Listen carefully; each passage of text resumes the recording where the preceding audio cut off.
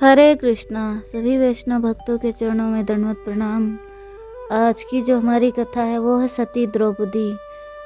सती द्रौपदी कौन थी, उनका जन्म कैसे हुआ और वो पूर्व जन्म में क्या थी, ये सभी के विषय में जानने के लिए इस कथा को आप श्रवण करें। तो चलते हैं भाग 1 की ओर। सृष्टि के समय स्वयं भगवान ही अपने को 2 रूपों में विभक्त कर देते हैं, एक पुरुष रूप और दूसरा स्त्री रूप।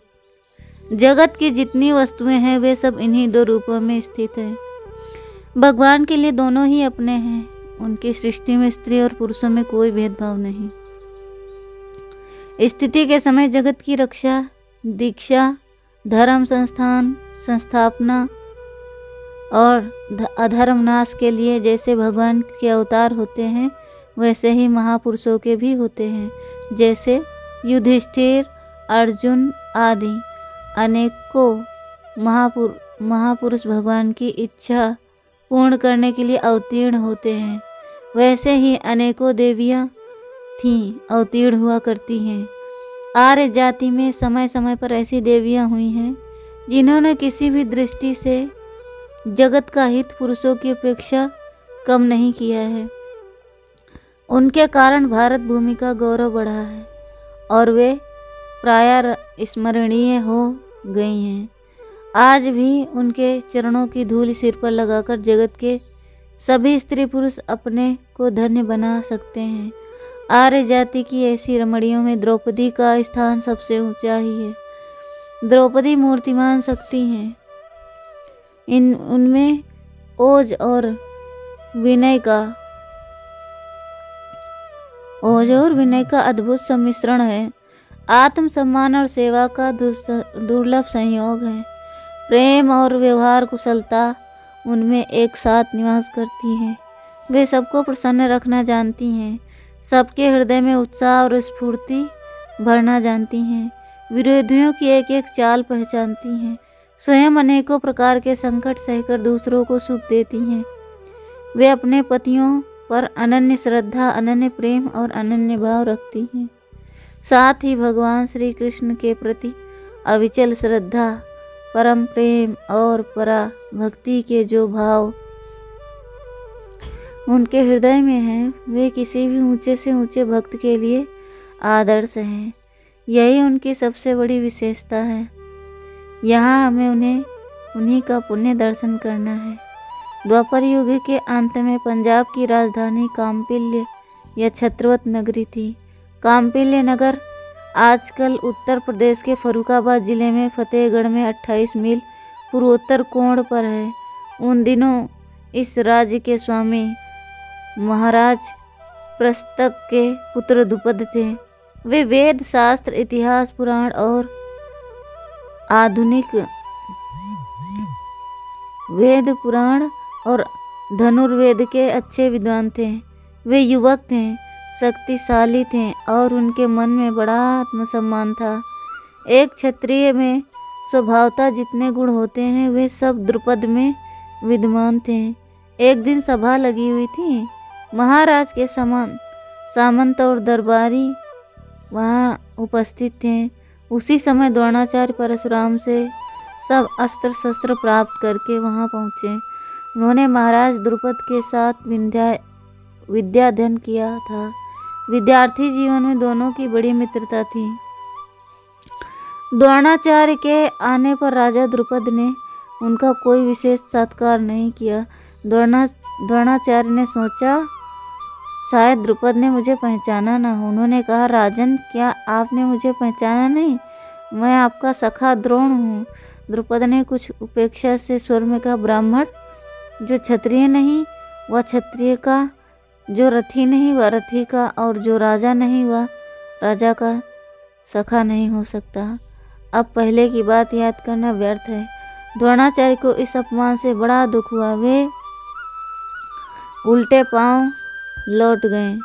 द्रोणाचार्य ने हस्तिनापुर में जाकर भीष्म के आग्रह से पांडवों और कौरवों को धनुर्वेद का अभ्यास कराया। जब उनके शिष्य अस्त्र विद्या में पूर्ण निपुण हो गए तब उन्होंने पांडवों से यह गुरु दक्षिणा मांगी कि पैस्त्रक के पुत्र राजा द्रुपद को जीतकर और उनका राज्य छीनकर शीघ्र ही उन्हें मेरे पास ले आओ। पांडवों ने जाकर उन्हें जीत लिया और मंत्री के साथ उन्हें बांध कर ले आए। इस युद्ध में विशेष भाग भीम और अर्जुन ने लिया था। जब बंधे हुए द्रुपद द्रोण के सामने लाए गए तब द्रोण ने कहा, राजन, मैं फिर आपसे मित्रता की प्रार्थना करता हूँ। पहले तुमने राजा होने का कारण मुझे मित्रता के अयोग्य समझा। अब गंगा जी के दक्षिण का राज्य तुम करो और उत्तर का राज्य मैं करूं। द्रुपद ने स्वीकार कर लिया। एक प्रकार से बाहर दोनों की मित्रता स्थापित हो गई, परंतु द्रुपद इस अपमान को नहीं भूल सके। वे इसी चिंता में दिनों दिन सूखने लगे। वे चाहते थे कि एक ऐसा पुत्र हो जो द्रोण को पराजित कर सके। उन्होंने यह भी समझ लिया कि केवल क्षत्रिय बल से ही द्रोणाचार्य के प्रभाव, विनय, शिक्षा और चरित्र का पराभव नहीं किया जा सकता।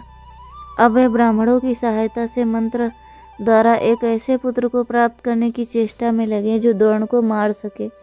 एक दिन वे गंगा तट पर घूमते घूमते कलमसपाद राजा के नगर के पास एक आश्रम में गए। वहाँ के सभी ब्राह्मण, विद्वान और ब्रह्मचारी, वहाँ सबसे दो ब्राह्मण थे। एक का नाम था याज और दूसरे का नाम उपयाज।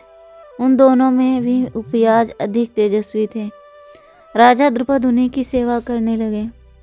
एक दिन द्रुपद उपयाज से प्रार्थना की कि अब कोई ऐसा उपाय करें जिससे मुझे द्रोण को मारने वाला पुत्र प्राप्त हो। यदि आप मेरा यह काम कर देंगे तो मैं आपको 10 करोड़ गौवें दूंगा अथवा आप जो चाहेंगे वही दूंगा। उपयाज ने कहा, मैं नहीं कर सकता। द्रुपद फिर 1 वर्ष तक उनकी सेवा करते रहे। उपयाज ने कहा, राजन, तुम्हारा यह काम मैं नहीं कर सकता। तुम मेरे बड़े भाई याज के पास जाओ, वे शायद तुम्हारा काम कर दें। इसका एक कारण है। एक दिन वे वन में घूम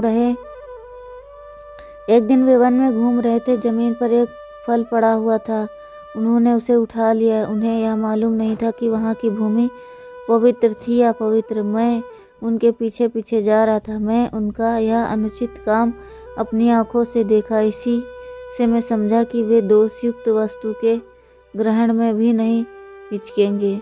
जिसने एक जगह पवित्रता का विचार नहीं किया वह दूसरी जगह भी उसे भूल सकता है। उनके मन में लोभ है, वे लोभवश तुम्हारा काम कर देंगे। द्रुपद उन्हें अपना मतलब तो गांठना ही था। याज ने द्रुपद की बात मान ली। यज्ञ हुआ। हवन समाप्त होने पर याज ने रानी को बुलाया और कहा कि तुम शीघ्र ही अभिमंत्रित हविष्य ग्रहण करो। एक कन्या और एक पुत्र तुम्हें प्राप्त होगा। रानी ने कहा, ब्राह्मण देव, इस समय मेरे मुंह में दिव्य सुगंध की वस्तुएं लगी हुई हैं। अंगों को अंगराम से अनुरंजित किया है, इसलिए स्नान किए बिना मैं यज्ञ का हविष्य कैसे ग्रहण कर सकती हूँ। आप थोड़ी देर ठहर जाइए। याज ने कहा, तुम आओ या ना आओ, कुछ हानि नहीं। मैं अभिमंत्रित हविष्य अग्नि में छोड़ता हूँ। यजमान की इच्छा अवश्य ही पूर्ण होगी। आहुति छोड़ दी। उसी समय देवता के समान सुंदर, अग्नि के समान तेजस्वी, कुरीट मुकुटधारी, उत्तम कवच, खड़ग और धनुष बाण धारण किए बारंबार गर्जना करता हुआ एक राजकुमार यज्ञ कुंड की अग्नि से प्रकट हुआ। वह उसी समय रथ पर चढ़कर इधर उधर विचरने लगा। पंजाब देश के लोग बहुत ही प्रसन्न हुए। चारों ओर हर्ष ध्वनि होने लगी। उस समय आकाशवाणी की, यह कुमार पांचाल राजवंश का यश बढ़ावेगा और इसी के हाथों से द्रोणाचार्य की मृत्यु होगी। इसी कुमार का नाम धृष्टद्युम्न पड़ा। इसके बाद एक अनिद्य सुंदरी कन्या भी प्रकट हुई। उसके सभी अंग बड़े सुंदर थे, कमल दल के समान सुंदर थे। लंबे लंबे घुंघराले बाल थे, लाल लाल नख कुछ उभरे हुए थे। भौहें बहुत ही मनोहर थीं। उसे देखकर ही उसके सौभाग्य का अनुमान हो जाता। ऋषियों ने जान लिया कि यह परम सौभाग्यवती स्वर्ग की लक्ष्मी ही शरीर धारण करके प्रकट हुई है। उस राजकुमारी ने शरीर से नीले कमल की मनोहर सुगंध निकलती रहती थी और आसपास कोस भर तक फैली रहती थी। उसके शरीर का रंग सांवला था परंतु ऐसी सुंदर स्त्री पृथ्वी में कहीं नहीं देखी गई। सभी उसके सौंदर्य का बखान करते थे।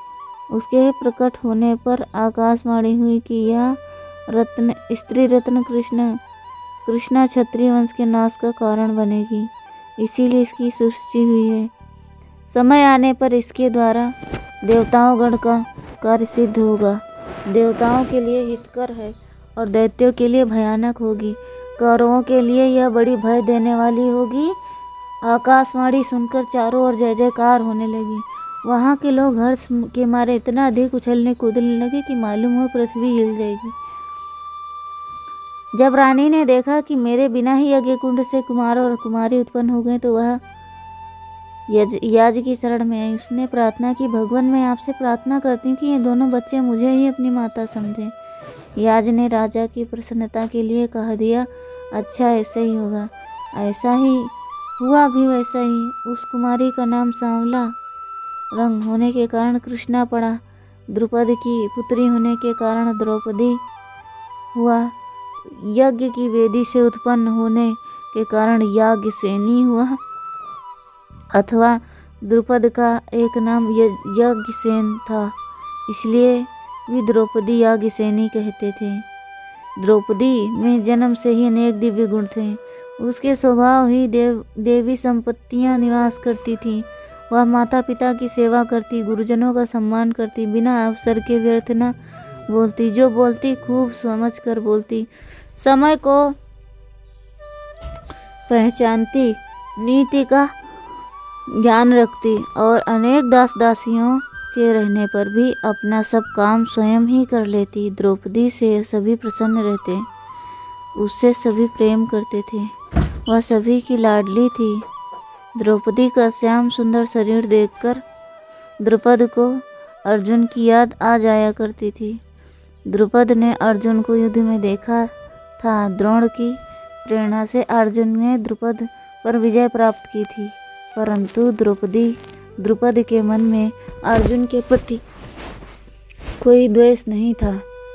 वे उनके गुण से, युद्ध कौशल में, पराक्रम में से, शरीर के सुंदर गठन से प्रभावित थे। वे अर्जुन के कृष्ण रूप पर भी मुग्ध थे।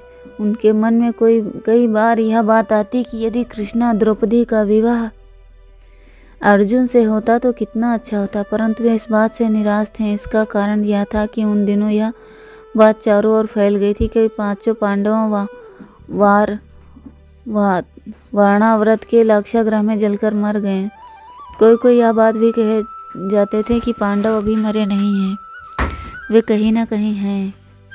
ये सुनकर आशा लता फिर हरी हो जाती। इस दुविधा में वे कुछ दिनों तक पड़े रहे।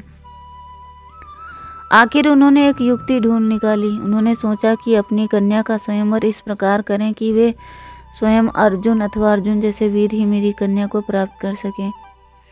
बहुत संभव है कि अर्जुन ही आ जाएं, तब तो मेरी अभिलाषा ही पूरी हो जाएगी।